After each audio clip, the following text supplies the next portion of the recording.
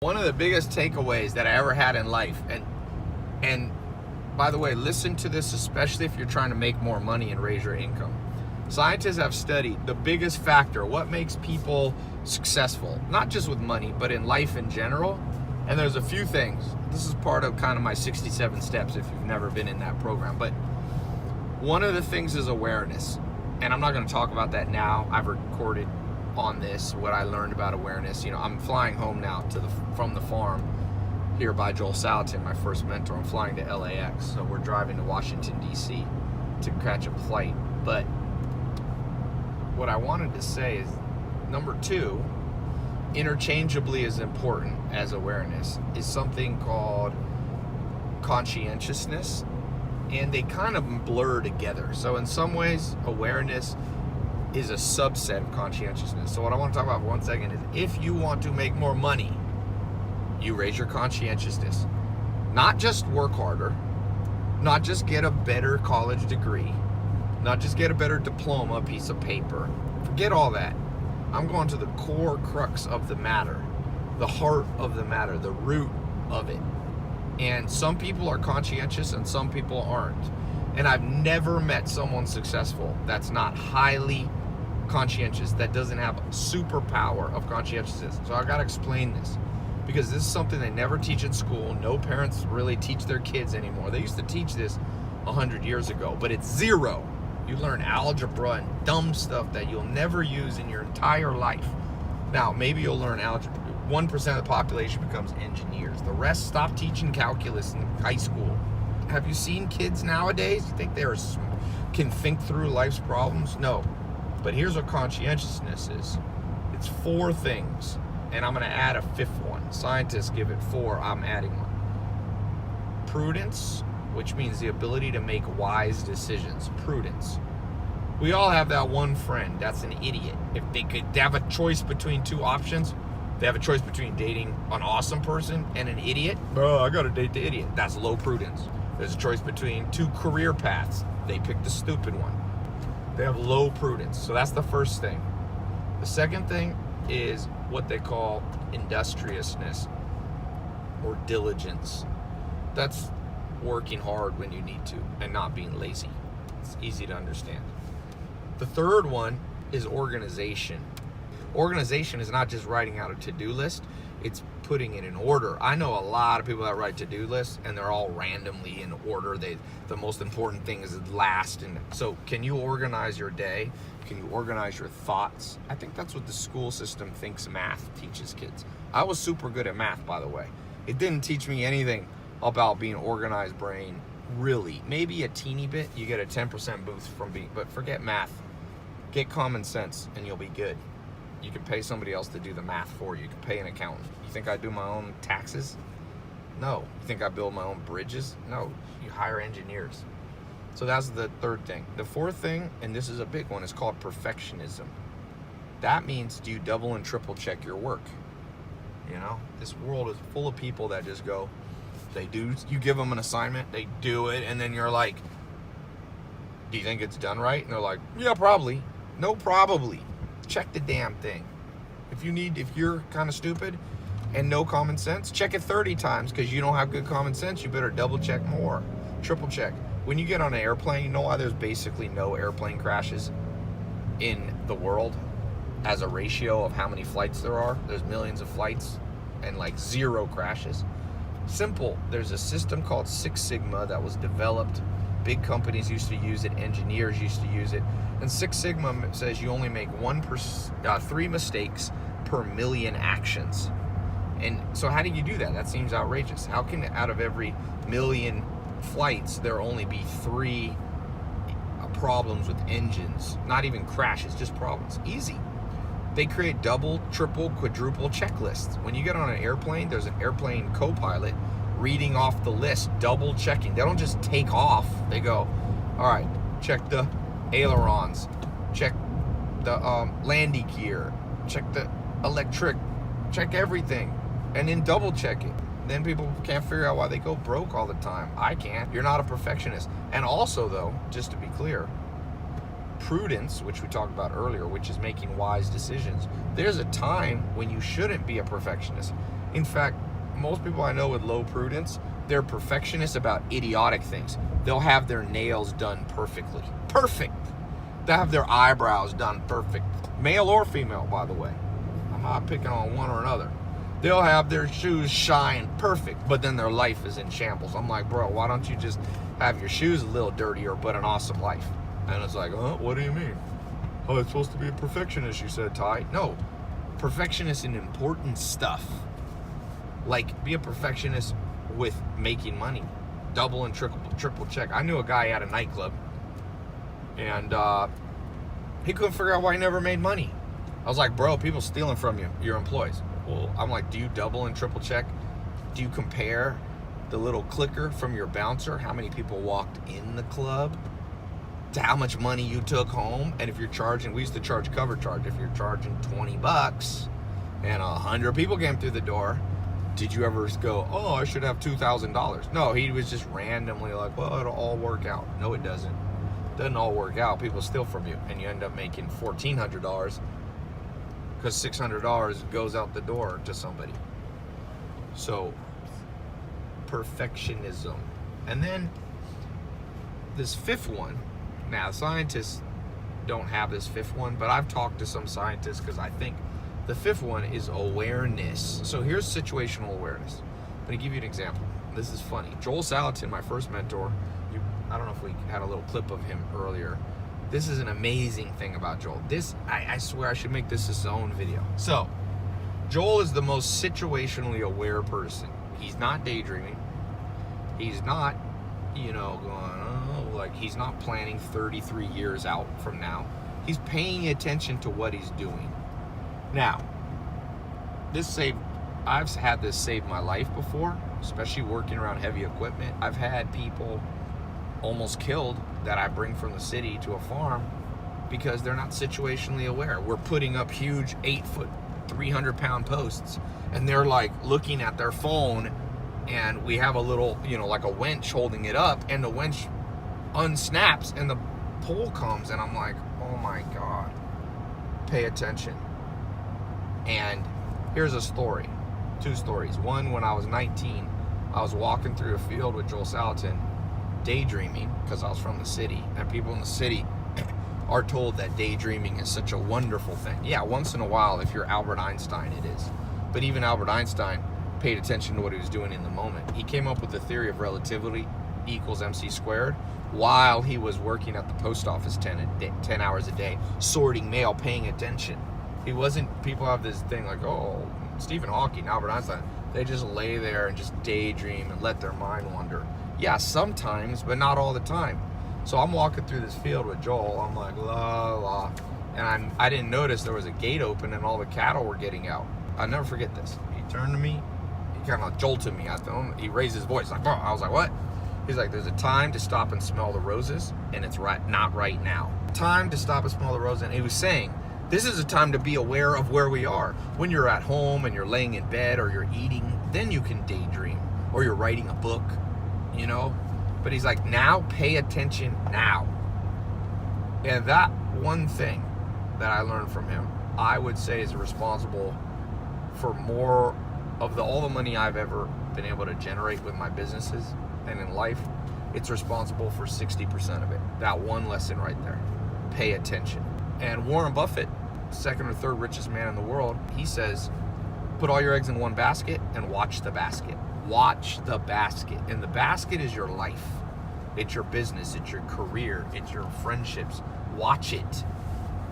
You know how many people are just like, oh, life will work out on its own? No.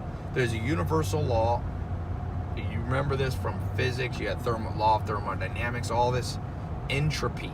That means over time, if you have a house and you don't maintain it and you don't paint it and you don't fix the roof, if you come back in 20 years, it's worse, not better. There's never a house in history that's been standing there, someone abandoned it and came back 20 years and you're like, you ain't gonna believe this. There's a deck on here, new cabinets. No. New furniture. No. Entropy means that you have to inject energy, your own energy, to improve things.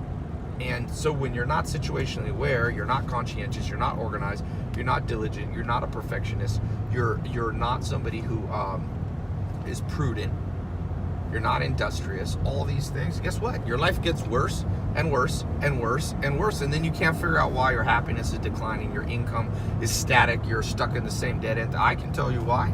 Joel Salatin told it to me at 19. You're not watching the basket, you're not paying attention. That's 99% of the world. Another way of saying this is what Sam Chupp, I went and lived with the Amish, who are also very situationally aware. They're connected to the land. They pay attention to what they're doing. And Sam Chupp told me, he said, Tai, there's 3 types of people in the world. One makes things happen. The second watches things happen. And the third wonders what happened. And he said that kind of with a twinkle in his eye and a little joke, and I realized that's the entire world, the third one. It's okay to not always make things happen. Sometimes you got to watch other people teach you. But that third one should never happen to you. Never wonder what happened. Andrea, never get a ticket and be like, oh, where am I flying? Look at the damn thing. It has the letters right in there. Pay attention to detail. Then you figure it out. It's literally a 6-year-old lesson that almost every adult in the modern world has to be taught, because the school system and how people are raised without any community, without it. Most people aren't raised with parents. And if they have parents, the parents are just guardians. They're not actually equipping their kids with the mental training that you need to make it and thrive in life. I repeat that. Most people are raised by wolves. That's what I always say. It's like wolves, you know, like if you were left Mowgli, you're left in the jungle and you have like these wolves, they protect you from predators, drugs. Like most parents, they keep their kids from, you know, doing drugs, and they keep their kids going to school. They keep their kids not just eating Cheetos all day, like basics. But that's what a guardian does. You might as well be at an orphanage for that. That's what they do at an orphanage, where they don't even care about you. Parents, in an ideal world, and I'm not saying I had this, because my dad was in prison when I was born. I had to go out and find a surrogate father. Guys like Joel Salatin, mentors, people like Sam Chupp, and they're the ones. But you have to go seek them out, because they ain't gonna seek you. You think other people are sitting around going, who can I mentor? Hell no. When the student is ready, the teacher will appear. And when the student's not ready, you ever heard that saying? When the student is ready, the teacher will appear. Everybody loves that saying, but what's the reverse, the inverse, the opposite? When the student's not ready, the teacher will disappear. Remember that. That's the negative side, but true. The teachers leave when the student's not ready. So you better make yourself ready for this, what I'm talking about now. Be conscientious. Be that person that's reliable. And I'm not doing it in some cheesy way, like give your best. Forget cliche. I'm talking about, you want to make 10 million bucks? Never met somebody ever, not once, who doesn't have attention to detail. So let me tell you this second story about Joel Salatin. You know, I like to collect cars. I've always loved cars since my mom said I used to sneak in the garage when I was under 3 years old, and I'd try to take a key and put it in I would scratch the cars. I'd get in trouble. I was trying to put it in. I wanted to drive. Well, I've always liked cars, so now I got a little more money than I did when I was 3 years old. So I collect cars. And I had this Lamborghini, the black one, the smaller one. I have 2. I got 2 Lamborghinis now. And I'm in the city. You would think city people know a lot about fancy cars, right? Because Hollywood. So I had that Lamborghini for like a year. Joel Salatin comes to speak at a conference I have. He flies from a little small town in Virginia to a big city, Los Angeles. I pick him up at the airport. First thing he does, I picked him up. I happened to have the Lamborghini. I wasn't even trying to pick him up in it, but I was like, I don't know, picked up from service shop or something. He walks up to it and he goes, this is an interesting car. And he starts noticing 10 things about that car. He's like, those are probably like 24-inch, the wheel width. Oh, wait, I see how they put that the way that, I can't even remember what it was. He said basically it's an engine on axles. on just a frame, and that's why it's so fast. And he talked about it for 10 minutes, and I thought, oh, I got all these people that watch my videos of Lamborghinis, all these kids that are like, we know a lot about cars. Joel, simple farmer, observed more things about that car. To this day, not one person has ever said, and Joel's not even really a car guy. He's just observant.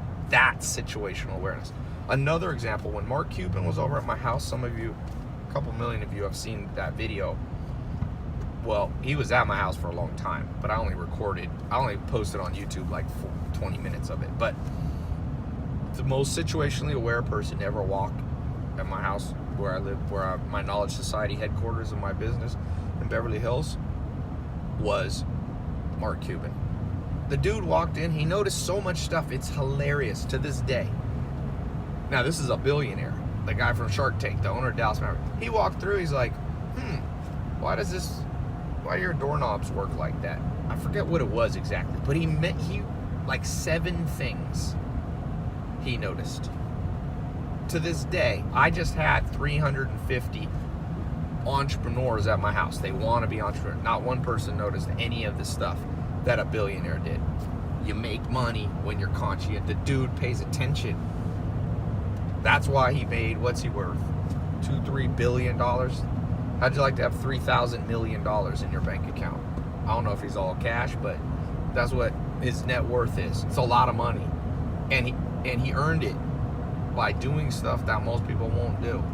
And we live in a world, it drives me crazy. A lot of you seeing my Instagram and Snapchat now, I got a couple different ranches, farms. Why am I there? Because I gotta get away from it, because it's like poison. You gotta cut out bad social circles that teach you stupid habits. This modern world, just like Sam Chupp, the Amish guy, told me, 3 types of people.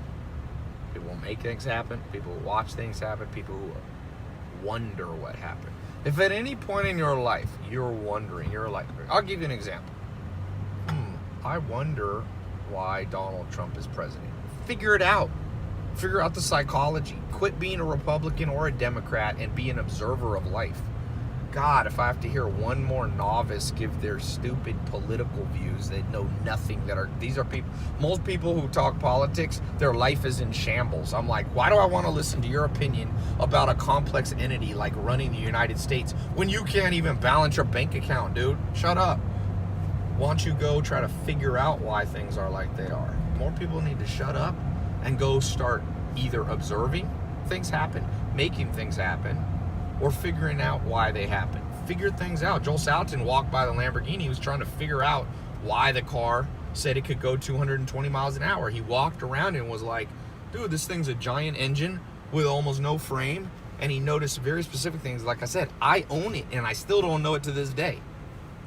And he's not a Lamborghini guy. He has a $1,000 truck he drives around. You guys saw his truck. The ugliest truck in America. But he don't care. Because he's not a perfectionist about his trucks. He's a perfectionist about his land and his business and his family and all the important things and his social life and his health. They don't care about nothing else. Let your hair get long. Sometimes my hair's too long. People on YouTube are like, oh, your hair's getting long. Well, that's not the thing to be a perfectionist about. Stop being a perfectionist about how you look. Male and female. The damn Instagram age gonna turn everybody into morons. People are taking 63 pictures to get one that they like. Really? That's what you want to be a perfectionist about in life? You want to look back on your life and go, well, I had a crappy job, crappy career, I was always stressed over money, my social life, my romantic life was in shambles, but my health was in shambles, but you know what I was great at? I always kept my hair good. Oh my God.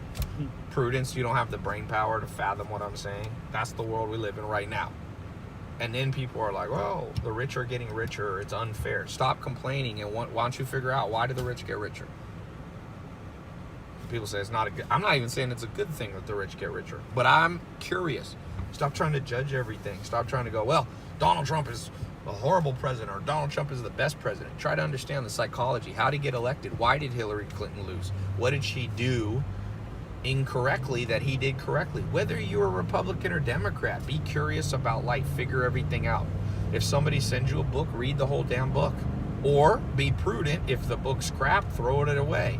I meet people who are perfectionists. They're like, Tai, the reason I only read one book a month is because if the book is long, I can't move on to another book until I read every page. Why? That's bad prudence. When the book's crappy, I'd throw them literally in the trash. Or if there's only one good chapter in that book, I read the one good chapter. That's not the perfectionism you want. The perfectionism you want is on important things you double, triple, quadruple check. I know people that I watch them read books. They read the same sentence 3 times. Stop that. Learn how to read the first time you catch the meaning.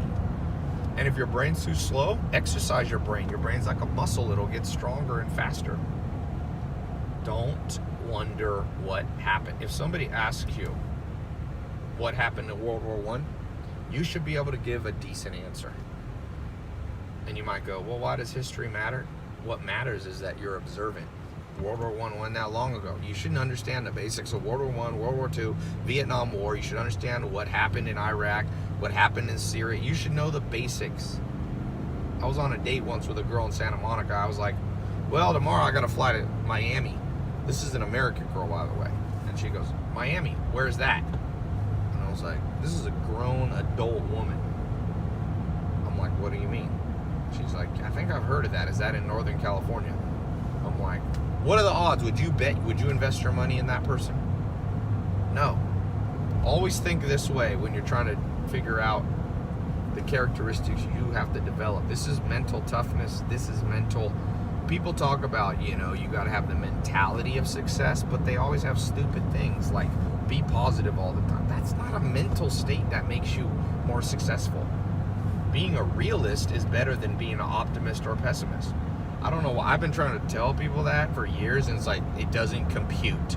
You have 2 schools of people in the world. They're either hyper pessimists, like, oh, the world is so bad, and the rich gonna tear from the poor, and Donald Trump's president, and everything's bad, so they're like that. Or they're like hyper optimists, like, Tai, I will be a billionaire. I'm an idiot now, but I will envision it. I've spoken it into existence. It will happen. Really? You're fat and you're going to be like, I will speak skinniness into existence. No, you won't. You'll go to a damn gym.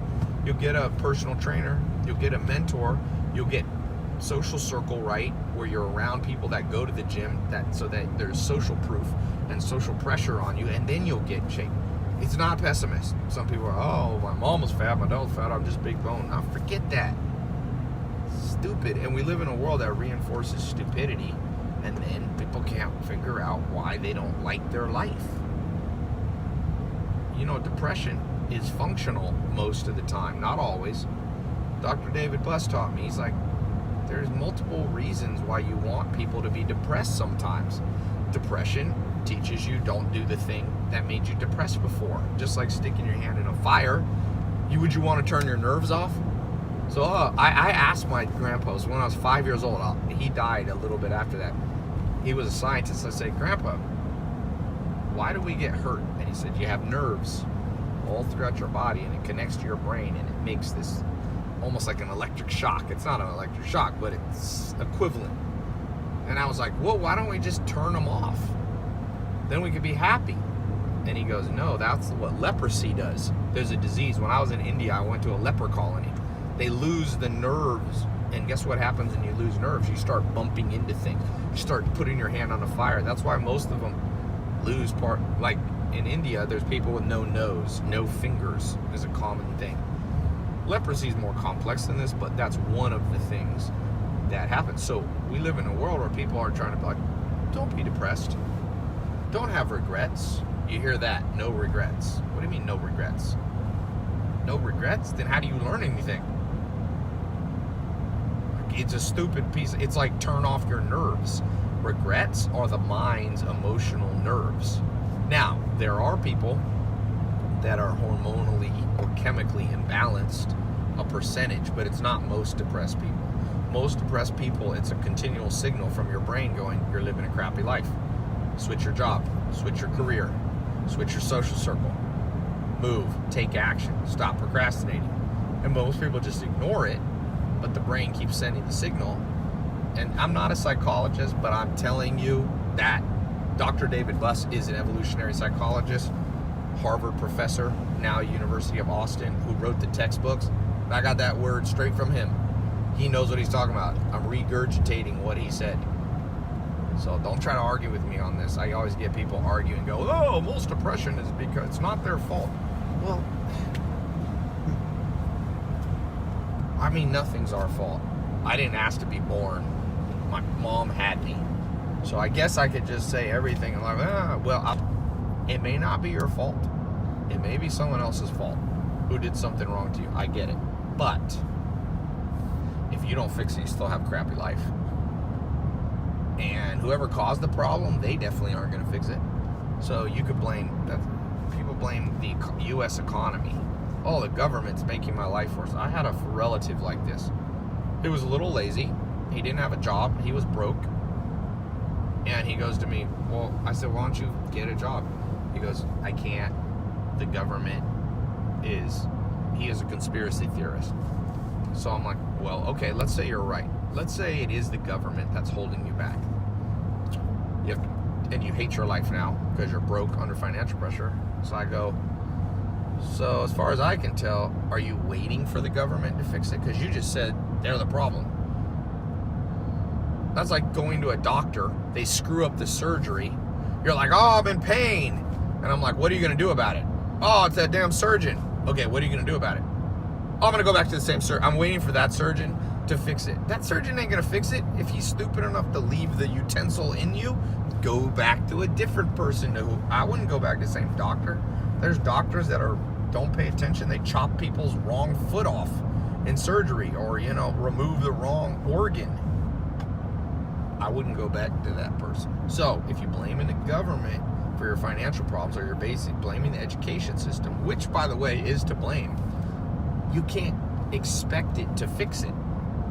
People hate the modern education system, and then they go to college, which is the modern education system, and sometimes it works and a lot of times it doesn't. So I'm like, why would you go back to the same? Albert Einstein said, you can't solve a problem with the same mentality that created the problem. Einstein, the dude was smart. Listen to him. Forget what I'm saying. I'm not as smart as him. You can't solve. So if the education system caused your problem, you have to go outside of it to fix it. That's why I went to mentors instead of college, because I had already gone to high school and I realized I wasn't equipped with all the life skills and the mental skills and the financial training and all those things that I needed to make it in life. I didn't learn about habits. How come the school doesn't teach about habits? All your life basically hinges on habits. There's a great book on this called The Power of Habit. And it's a scientific book, but I can summarize it for you. Basically, the quality of life is based on your habits. Your brain is created or adapted to quickly fall into habits for a good reason. There was a guy, I think it was in the 1800s, he had an accident. He hit his head real hard, and he destroyed the part of his brain that could form habits, good or bad. He couldn't form a habit. And he had the worst life because every day he would go put his shoes on, for example, look down at his shoes and go, well, do I do the right one or the left one? And he had to spend 2 minutes thinking about it. Normal people who don't have brain damage, we create a habit. You probably don't realize it, but you have a habit probably of how you put your shoes on. Maybe you put your right, and that's a time saver for your brain, an energy saver. It saves glucose. Glucose is the sugar in your brain, and your body wants to conserve it. So we're adapted to quickly fall into habits. So all of your life quality or your life suffering is around mental habits. That's why two people can go through the same bad life and one thrives and one fails because of the habits that they form. And so everything I've talked about today, like to be aware, that's a habit. Joel Salatin's not just aware when there's a Lamborghini.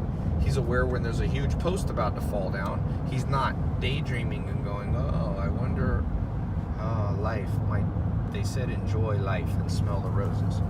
Yeah, smell the roses till you get smashed.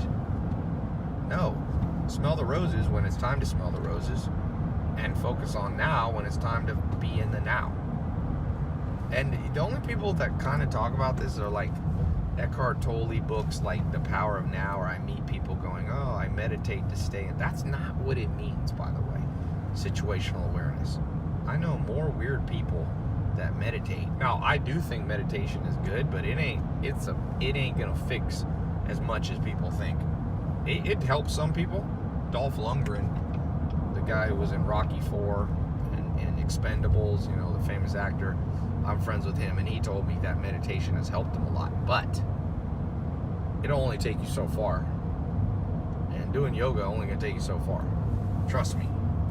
You know one thing. That's like saying your arm is cut and all you need is one Band-Aid. You might need a lot of stitches.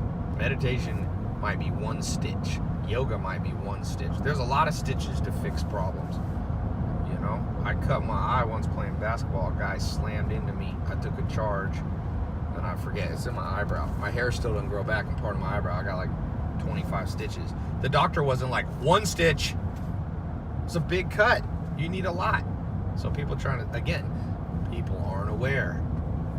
They go, well, I meditate with Headspace app, and I'm gonna solve all my crazy problems. No, you're not. That's one stitch. It's a good one, but it ain't enough. You got to do 20 things to fix these problems. So, practical takeaways. Be curious about everything. For example, here's a test. I'm going to test you right now listening to this. Most people, and I'm assuming you look at your keyboard on your laptop or your computer a lot. Okay? So I'm going to ask you this question. What does F1, F2, F3, F4, F5, F6, F7, F8, F9 do? What do those all do? And I bet you can't. I bet you 0 people will watch this video or listen to this audio and be able to answer all of those. No, I shouldn't say 0. I'll be a realist.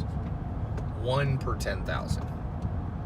So let me get this straight. You look at something, but you never take the time to be curious enough and go, why did they put the F1, F2 there?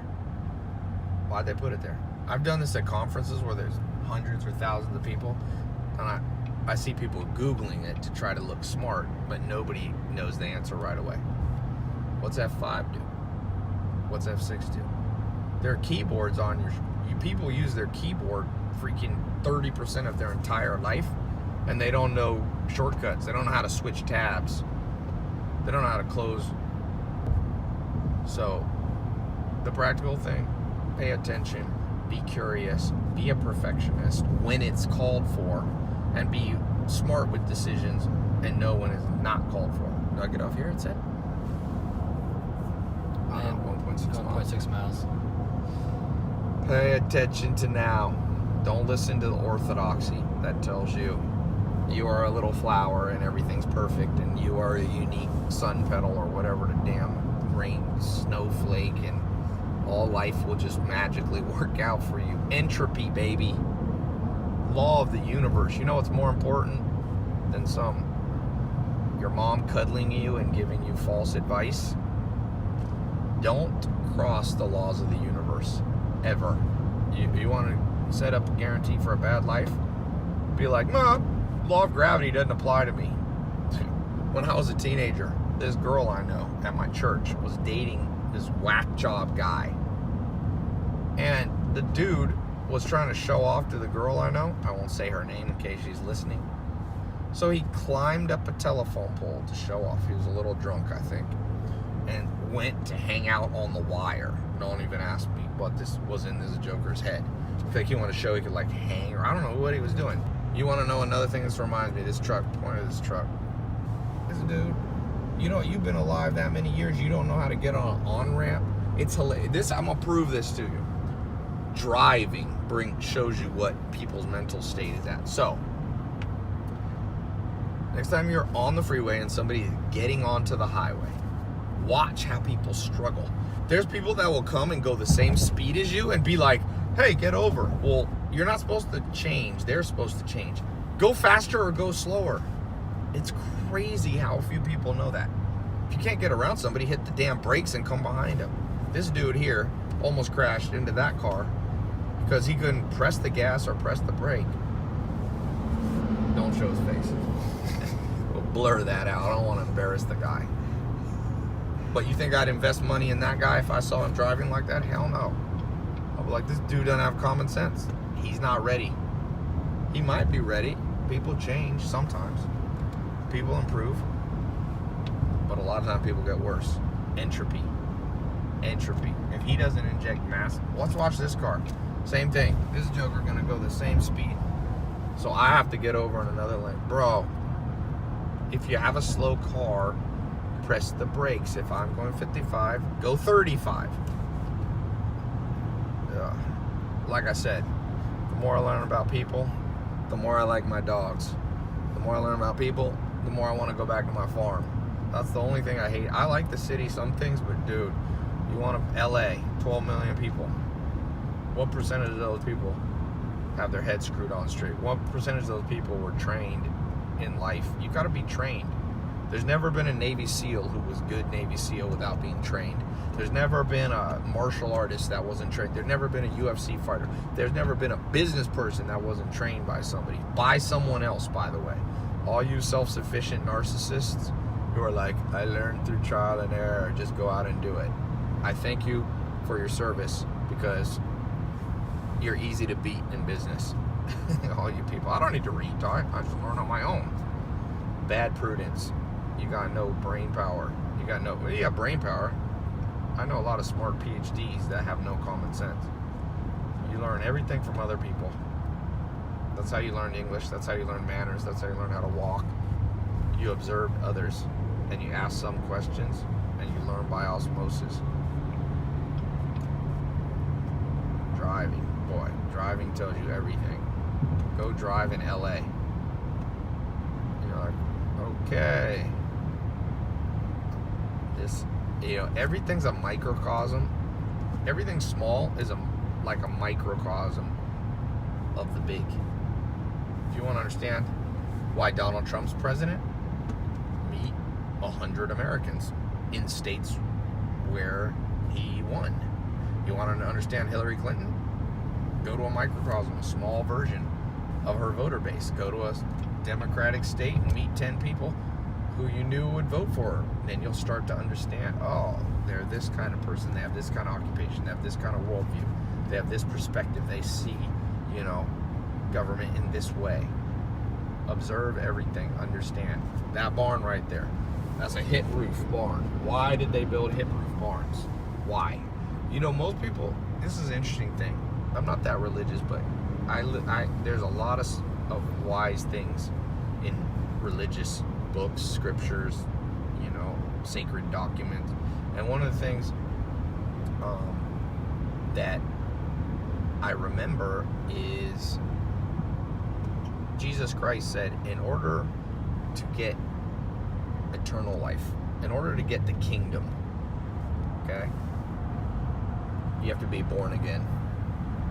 And then somebody asked him, but Jesus, how can a person be born again? Is he going to go back into his own mother's womb and be reborn? And see, the guy didn't get that was a guy that was wondering what happened. He didn't understand what Jesus was saying. And again, I'm not a spiritual teacher or anything, but I get it. It took me a long time, and then it clicked one day. I said, he was saying to get what you want. Now, he was talking about whatever, heaven or the kingdom, but think of it this way. To get this prize that you want, and everybody has different goals, to get the goal, you have to be born again. Now, you have to be like childlike. What does it mean to be childlike? What does a little 3-year-old ask you over and over? Why? Why? And most parents suppress that in their kids. They're like, don't ask so much whys. Don't say that to your kids. Encourage your kids to say why. Because the person who says why at the right time, there is a wrong time to do it. Like when somebody's, on an airplane, you don't turn to people next to you and go, why is this plane in the air? Why am I sitting? But notice everything. You notice that this road right here, it's crowned in the middle. You know why it's crowned in the middle? Because it rains a lot here on the East Coast, and the water that way runs off. If you don't crown it in the middle, it'll pool in the middle, and you'll get puddles. Why? Sometimes I've asked myself, why is that grassy median right there? That looks like it's about 30 25-ish feet, maybe 25 feet. Why'd they pick 25? And in some places it's only 2. Pine trees right there in front of me. Why do pine trees not lose their leaves in the winter? And regular trees do. I can name every tree in there. People drive by trees, ask what they are. It's because I went through a point in life, I was like, I'm gonna find out what every tree is. There's a willow's trees right there. I can also name almost all those grasses. Those are sedges right there. Those ones sticking up. That's bull thistle right there. There's fescue and orchard grass and plantain and burdock, and that's a sumac tree. Pay attention. It doesn't have to be just about nature. That's how you make money. That's how you also impress people. People always ask me, how do you get a mentor? Don't be stupid. First rule. When the student is ready, the teacher will appear. And when the student's not ready, the teacher will disappear. So if you're stupid, and here's the definition of stupid. I'm not talking about book smart. I'm talking about if you drive by the same thing every day of your life and you never ask a question why, that's a locust tree. It's a legume. Do you know what a legume is? People should know what a legume is. You eat them. Beans are legumes. Why are they important? They fix nitrogen from the air. Understand, pretty much, don't wonder what's going on in your life. Like I was telling earlier, why did the rich get richer? Because most people look at that as like some conspiracy theory. No. 2,000-year-old principle. Jesus Christ said this 2,000 years ago. He said, the person who has, more will be given to them. And the person who doesn't have, even what they don't have, will be taken away from them. Now, I'm not saying that's good or fair. Forget good or fair. It's the way it is, damn it. Is it fair that a lion eats a sick antelope and the antelope doesn't get to go to the hospital? Where's all the damn people complaining about that? That doesn't seem fair to me, but we don't live in a world that's fair. We live in a world that has a natural progression and a natural order. I'm not saying you shouldn't help the poor. I think you should. I'm not saying the rich should just get rich and 10 people should own everything in the world and everyone else should be serfs. No, but I also know this. Who the hell are you complaining to that the rich are getting richer?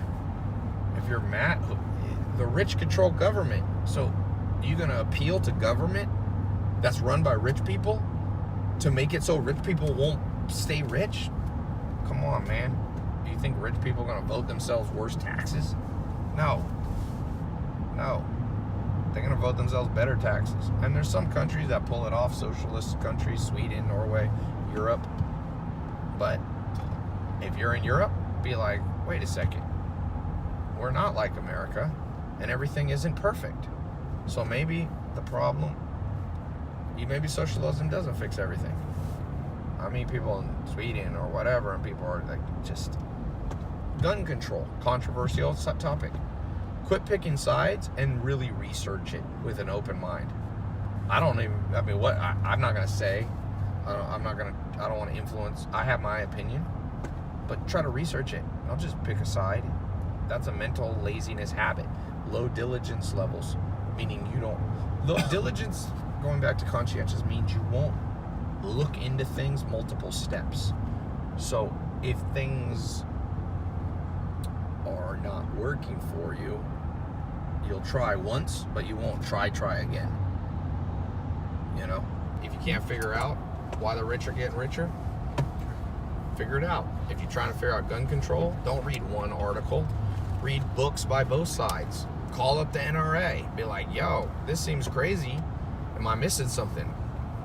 And if you're a gun rights person, call up the anti-gun people. Wouldn't you rather live in a world where people look at both sides before making their stupid decisions?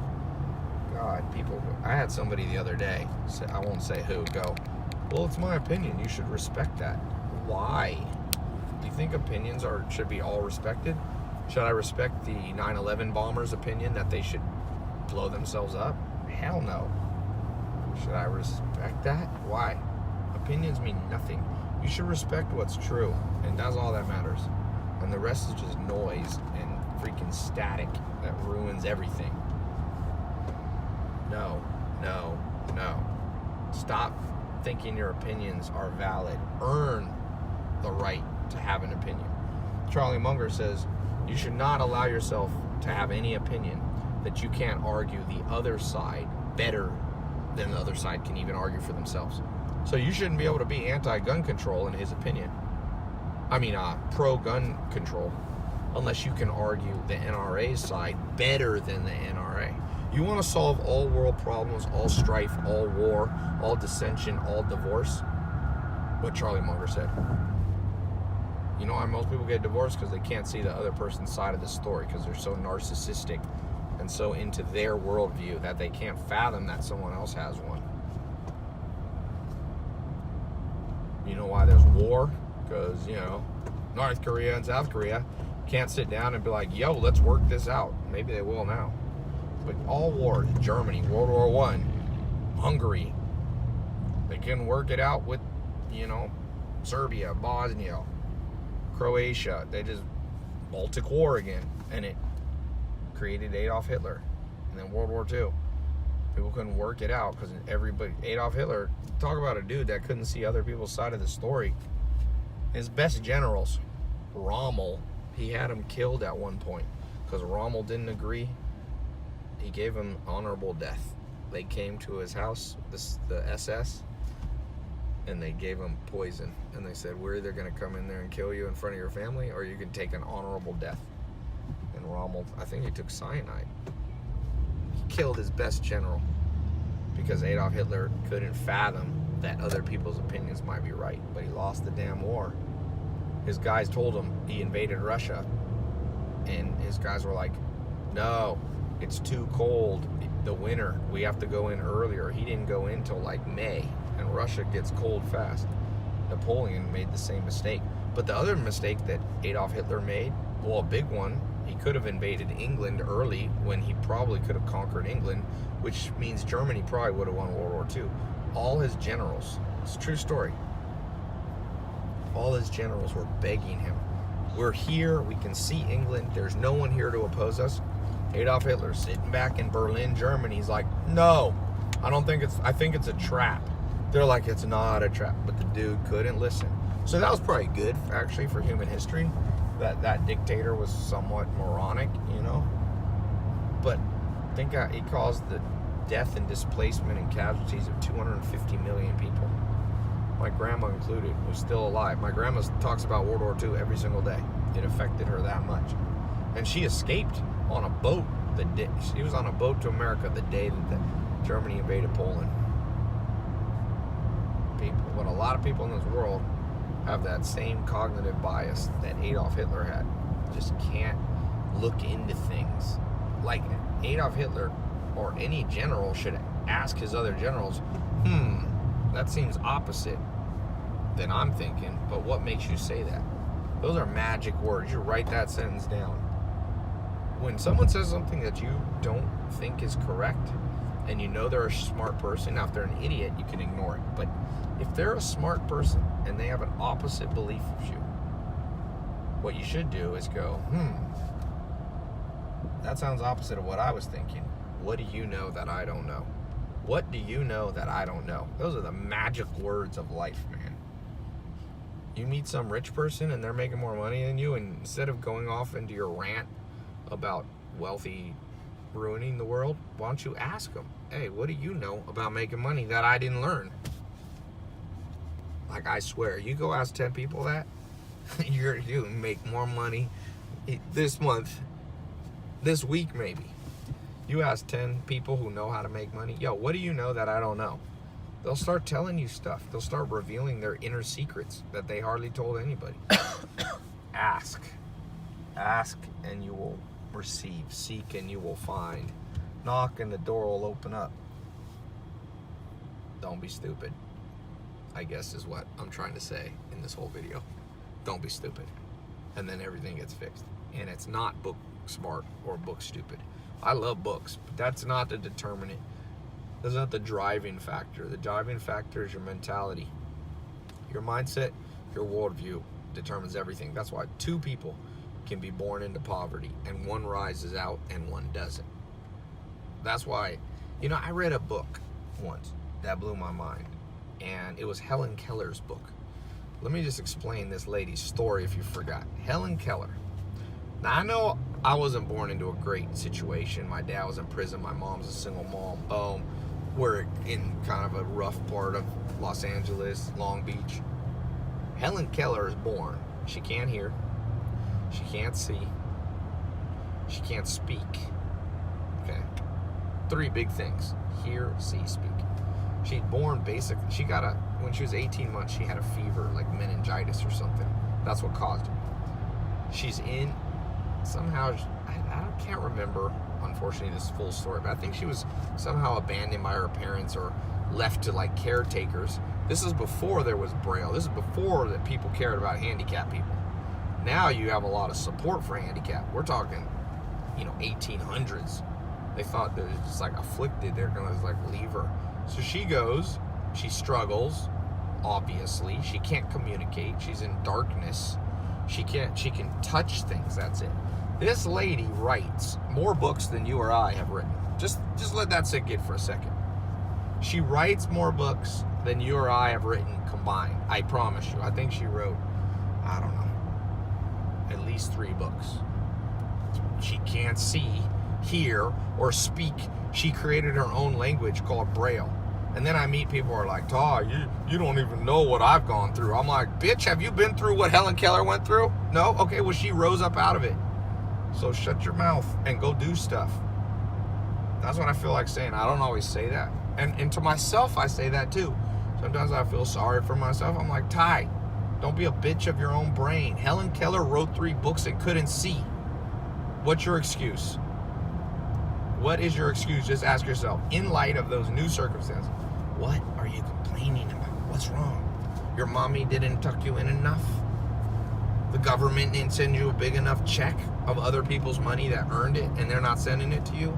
Oh my God, tragedy. Forget Helen Keller. We should put you a damn pedestal and be like, no, you want to know true suffering? Let me show you true suffering. This person here. And some people, I'm not downplaying trauma. I've had trauma in life. I've had BS happen to me in childhood and growing up, and you probably had it. I'm not downplaying that, but I'm a realist. It ain't as bad as Helen Keller. Would you trade with her and be like, all right, no trauma, but no eyesight, no vocal cords, or I don't know if she had vocal cords or something was wrong, and no hearing? Would you trade? No. She had that's about as much trauma as you get. People, it's funny too, people complain how unfair the world is and that the rich are getting richer. They never think that they're actually rich compared to the 40 million kids in India. Where are you giving your money? Who you get? Did you send a check to Indian kids? No, but you're complaining about how unfair it is for you. If you make 30 grand, there's a lot of people in India who make $14 a month. So $14 a month, they make roughly $250 a year. Okay? $250 a year. So if you really cared about how unfair the rich and the poor is, you're rich. If you have an iPhone or a laptop and you're watching this, you're rich. So before you complain about the rich, why don't you do a comparative analysis and start sending checks to AIDS orphans in South Africa or in the southern part of Africa? There's countries in Africa where there's little kids, and that ain't their fault. Little kids are innocent. And they're born, you got countries where you have 30 to 50% HIV rate. I don't see all these people so I said, stop complaining, do something. Stop complaining. I meet all these people that are like environmentalists. I don't see you on a farm. Really? You really care about the environment? Buy a damn piece of land and go fix it. That'll take hard work though. That's a lot harder than yabbing your mouth. You're a vegan and you don't think there should be, animals? We'll go grow a huge garden and go feed your whole block with good vegan food. Then I'll respect you. What do I have to respect you just because you have an opinion? I'm not saying what's right or wrong. I'm just saying you're vegan, you're an environmentalist. I don't see you out there. Go pick up trash on your street. How many vegans in LA that I gotta be around? And no offense to vegans. I know great vegans and I know annoying ones. But I know great meat eaters and I know annoying ones too. But I'm just saying, if you have a heavy stance on something, back it up. That's what I mean by don't be stupid. Do you have any situational awareness? If you really care about the environment, driving even a Prius ain't good for the environment either. You think the solution to improving the land is we should just drive Priuses around? Still burning gas. Ride a bicycle then. That makes more sense. Ride a bike. Ride a bike everywhere. Then I'll respect that environmentalist. I met a guy once, his name was Eben Haas. He came and visited the Amish. He believed that the system was corrupt, that oil was being done by large companies exploiting countries for oil. So he refused to get in any car, any vehicle, any mode of transportation that had gas. He walked from Massachusetts to Virginia to meet where we were. I respect that guy. He has a strong opinion, but he backs it up with action. He doesn't just babble and sign online petitions. Oh my God. The work and the struggle of all those people who sign online petitions. I'm not saying you shouldn't sign an online petition. I'm just saying, you think you're going to solve the world problems by online petitions? Things that are easy don't change the world. Mahatma Gandhi wanted to end British colonialism in India in the I think it was the 40s, when he was assassinated. Late 30s, early 40s. And you know what he did? He said, none of us buy any clothing from England. But they said, but there are no clothes to buy. And he said, then make your own. And he started showing people how to make their own clothes. See, he put action. All great people that have changed the world put action. They didn't complain that Martin Luther King Jr. didn't go, the world's unfair, I'm black, it's unfair. He went out and organized, and he thought it through how to do it in an effective way. Malcolm X too. And whether you agree with everything they did or not, Gandhi, whatever, at least you can respect them. You know, it takes a lot of guts to do what those people did. Fight the system. They didn't sign online petitions that someone started or forward an email chain. What'd you do for the cause? I went to my laptop and I pressed my mouse here and I pressed forward and I forwarded it to 10 friends. I mean, that's kind of good, and I'm not saying that it's not good to spread messages, but it's not the core solution. It's a band-aid. It's not going to solve the main problem. You're going to have to do something for real. Don't complain about you hate your job. Just quit it. That's what you do. Just quit. And people go, I can't. I might go broke. Well, then go broke for a little while. Take the pain, and then go, I'll never get in that situation again. Get depressed. It's good. You should be depressed every once in a while. In fact, I read a book. I forget the name of this. It's a scientist who studied brain, mental habits. I think it's on my website. I'll try to remember it. But he said you should be sad and depressed about 25% of your life. 15 to 25. Because if you're depressed and sad less than that, that means you're not learning from your life lessons. And if you're depressed more than that, so that means, like, you know, one day a week shouldn't be the greatest day of the week, but it should be a learning day. Maybe you're under stress because you're in a group where you're the dumbest person. That's stressful. Once a week, be in a room where you're the dumbest person in the room, because it's the only way to learn. You have to be dumber than the people around you. That's how you get smarter. Once a week, be in the gym with somebody so much stronger than you that you're fully intimidated and you're very looking at your body like, yo, what is wrong with me? Like, yo, I'm fat, I'm out of shape. And if you're in great shape, find somebody that embarrasses you. You want to make $1 million? Find somebody who would be embarrassed to make $1 million in a year and spend time around them, and then you'll learn. Law of 33%. It's a video I did, a TEDx talk that I did a couple of years ago. Everything that I'm telling you in this, you're not going to learn in school, but it's so common sense that's impossible to argue with. And I'm not saying because I said it, I'm taking a lot of these principles I've learned from my mentors. So if you argue with me, you're arguing with a lot of smart people. You're not just arguing with me. And I'm not saying I'm always right, but I'm saying so far in my life, I look back at the core principles I learned from people like Joel Salatin, Alan Nation, you know, or situationally from guys like Mark Cuban. I can't think of a time that those core principles were ever remotely wrong. And I can think of thousands of instances when they're right. So stop fighting this kind of stuff. Just go, yep, that makes sense. I'm going to do it.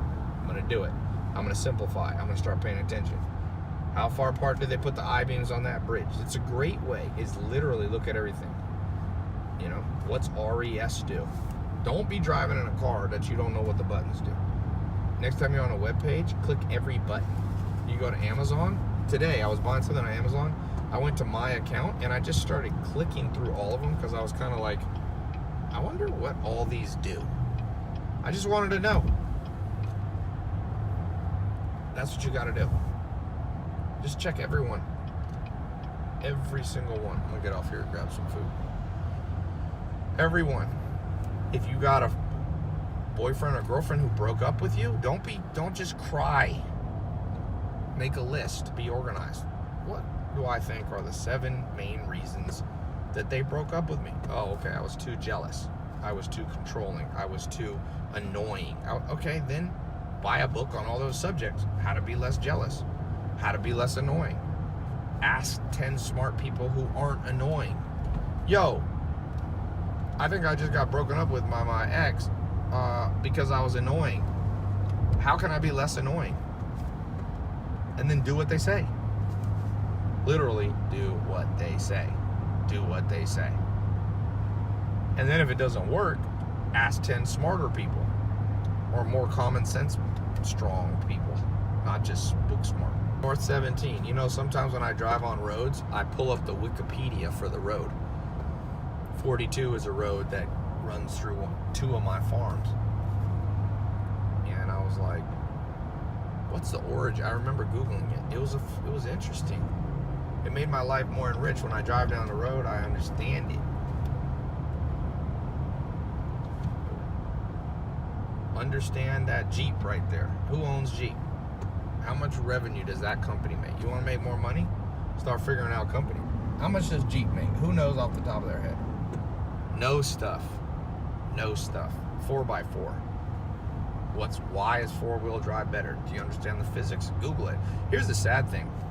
Everything I'm asking you to do used to be hard to do because you used to have to go down to the library, check out a book, and find this out. Now it's on Google and it's amazing. Now there's Google and people know less than they did before Google. They really do. I think maybe it's just like, you're like, oh, I don't need to know anything. I can just Google it. Well, you have to hold some stuff in your brain as the raw materials to making smart decisions. If everything's on Google, you don't have enough in your subconscious. Fill up your subconscious with understanding the world. You know, understand right there, why in that flat area is the soil better than at the top of the hill? Why do locusts grow so much in Los Angeles? I mean, in Virginia here. Speed limit 55. It's actually interesting why they set the speed limit at 55. For every 1 mile an hour you lower the speed limit, this many thousand people less die. So in the world, we basically make a compromise. We go, we'll set the speed limit to 55, knowing that more people will get killed every year, but we're more productive because we can get where we need to go. So it's interesting, there's whole people who devote their life to transportation and going, should I set it to 55? And sometimes they'll set it to 65 and 70. Understand why it's that way. If you see a movie, go to Box Office Mojo, find out what the budget is and how much revenue. Don't just be like someone like, I'm in my fantasy. Figure out the business behind it. That trucking Purdue. Why does this company right here control more food than almost any company in America? Purdue started in 1920. Google it. They have a freaking Purdue.com. And people go, Tai, I'm too busy to do all this bullshit. You too busy to make money? Because this is how you make money. When I meet people that don't know stuff too much, that they're like a deer in headlights and they're like, oh, well, I know they have no chance to get what they want, which is a sad thing. It's not like I take it happiness. I'm like, damn, I feel bad for this person. What's wrong with them? Why do they put those little markers on the side? Easy to figure out. Wakes you up. How much weight can that Foster's truck hold? I just had 2 trucks bring me compost. Each of them held, I think they held 79,000 pounds when you counted the truck. 80,000. You know why 79,000 pounds? Because there's laws in Virginia that you destroy the roads when your truck is over, I think 40 or 45 tons is the most that a truck does. This is all information that you could hold. My brain, I'm smart, but you could hold the information too. You're probably smarter than you think. You just got dumbed down by the system. It's a walnut tree. Why do walnuts grow here and not pecans? Frank was asking that. Pecans in Virginia, the part of Virginia that's up in the mountains, it doesn't have enough BTUs. Why are BTUs important? They're heat units.